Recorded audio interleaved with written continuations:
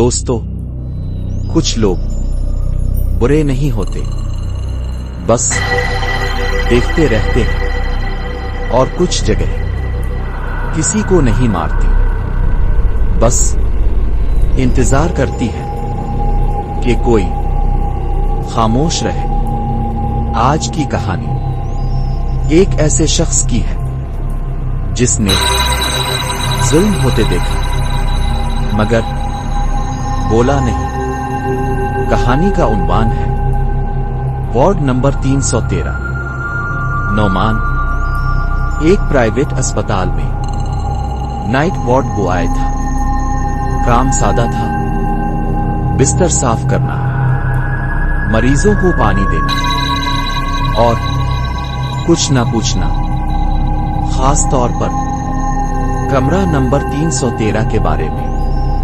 इस कमरे से अक्सर रात को चीख नहीं, बस सांस की आवाज आती थी। नौमान ने एक रात पर्दे के पीछे देखा। एक नौजवान लड़की बिस्तर से बंधी हुई थी। इसके बाजू नीले थे, गर्दन पर उंगलियों के निशान। डॉक्टर बोला, मुश्किल केस है। बोलने लगी तो मसला हो जाएगा। नौमान ने नजर झुका दी। अगली रात लड़की की आंखें नौमान का पीछा करने लगी।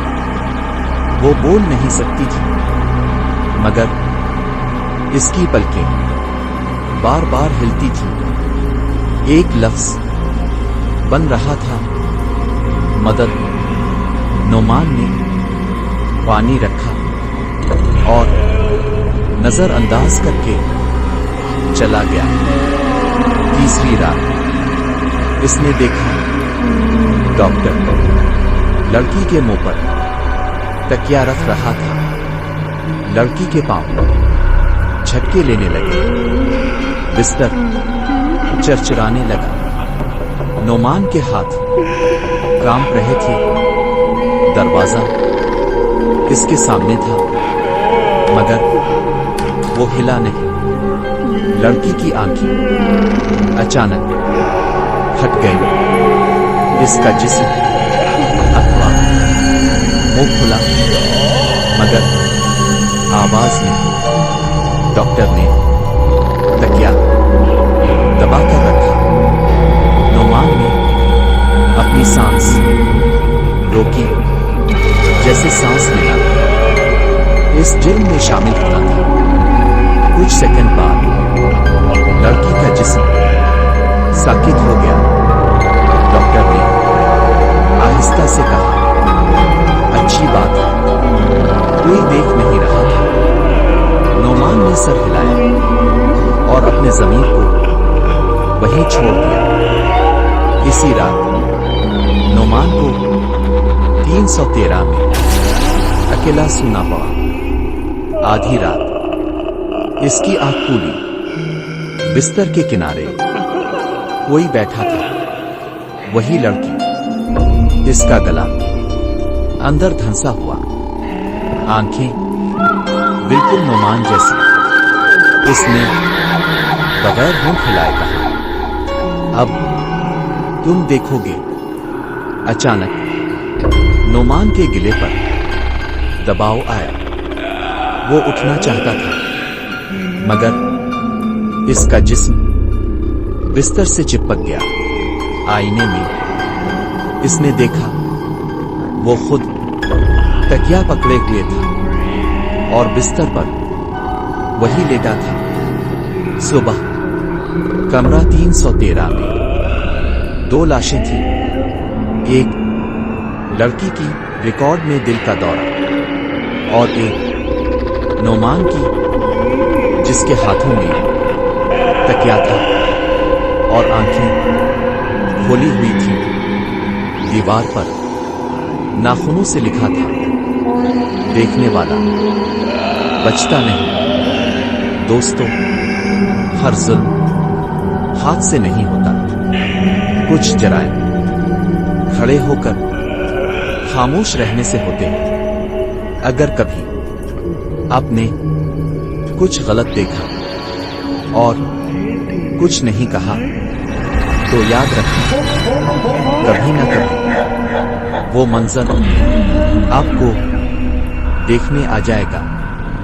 सुनो कहानी प्लस की कहानियां डर नहीं देती, वो याद दिलाती है कि खामोशी कितनी महंगी पड़ती है। कुछ दिन बाद अस्पताल में सब कुछ मामूल पर आ गया था। कमरा 313 सील कर दिया गया। फाइल में लिख दिया गया 2 अमवात, 1 मरीज, दिल का दौरा, 1 वार्ड बॉय, जहनी दबाव। डॉक्टर हारिस बच गया था। इसने नया कोट पहना, नई शिफ्ट ली और नया कमरा। मगर एक चीज नई नहीं थी, आईना। डॉक्टर जब भी हाथ धोता, आईने में अपना अक्स 1 सेकंड देर से हिलता। पहले इसने नजरअंदाज किया। दूसरे दिन आईने में इसके पीछे कोई खड़ा नजर आया। नर्स नहीं, कोई मरीज भी नहीं, बस नीले रंग की ऊँगली और दबी हुई गर्दन। डॉक्टर घबरा गया, आईना तोड़ दिया और कांपते कदमों से अपने कमरे में वापस आ गया। कुछ देर बाद दरवाजे पर हल्की सी दस्तक हुई। टुक टुक। डॉक्टर ने घड़ी देखी, रात के 1:30 बज रहे थे। इसने दरवाजा खोला। सामने एक लड़का खड़ा था और उसके साथ एक लड़की। दोनों के चेहरे सफेद चादरों से ढके हुए थे। हवा में अजीब सी नमी थी। लड़के ने आहिस्ता कहा, डॉक्टर, मेरी बहन को सांस का मसला है। डॉक्टर ने पूछा, चेहरा क्यों ढका हुआ है?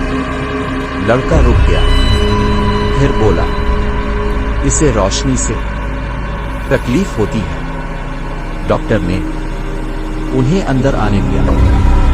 लड़की कुर्सी पर बैठी, लेकिन इसके कदम जमीन को छू ही नहीं रहे थे। डॉक्टर ने स्टेथोस्कोप उठाया, चादर हटाई। जैसे ही चादर हटी, डॉक्टर की चीख निकल गई।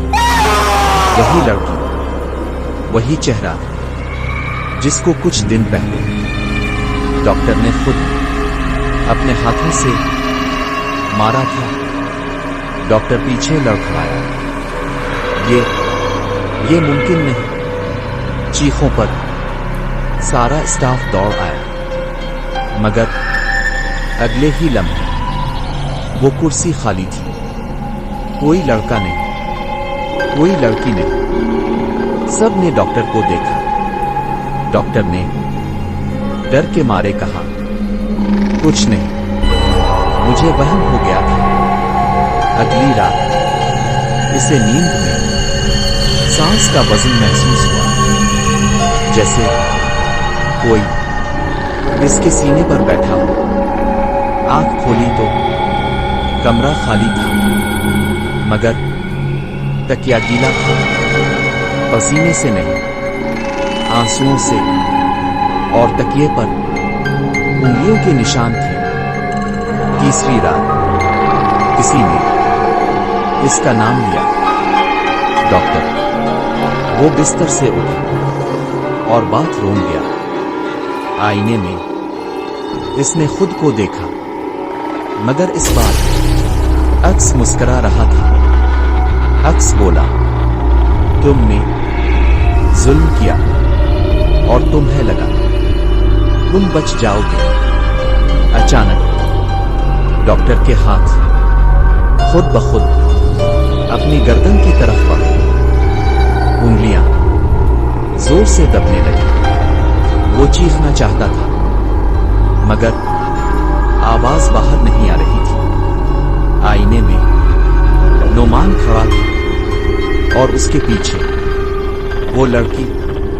दोनों खामोश बस देख रहे थे।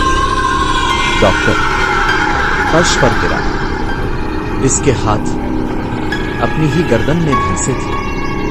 आंखें बाहर को उभरी, होंठ नीले पड़ गए और आखिरी सांस के साथ इसके मुंह से एक ही लफ्ज निकला, मुझे मुआफ कर दो। सुबह डॉक्टर हारिस की लाश बाथरूम में मिली। रिपोर्ट में लिखा गया, खुदकुशी, जहनी दबाव। मगर आईने पर भाप में लिखा था, हर जुल्म के बाद मौत है।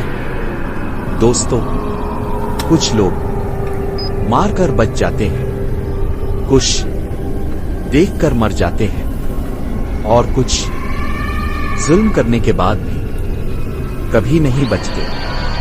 अगर कहानी ने डराने के साथ साथ सबक भी दिया हो तो सुनो कहानी प्लस को सब्सक्राइब करें, क्योंकि यह कहानियां यही बताती हैं, अगर जुल्म हो और तुम खामोश रहो तो फिर बारी तुम्हारी भी आती है।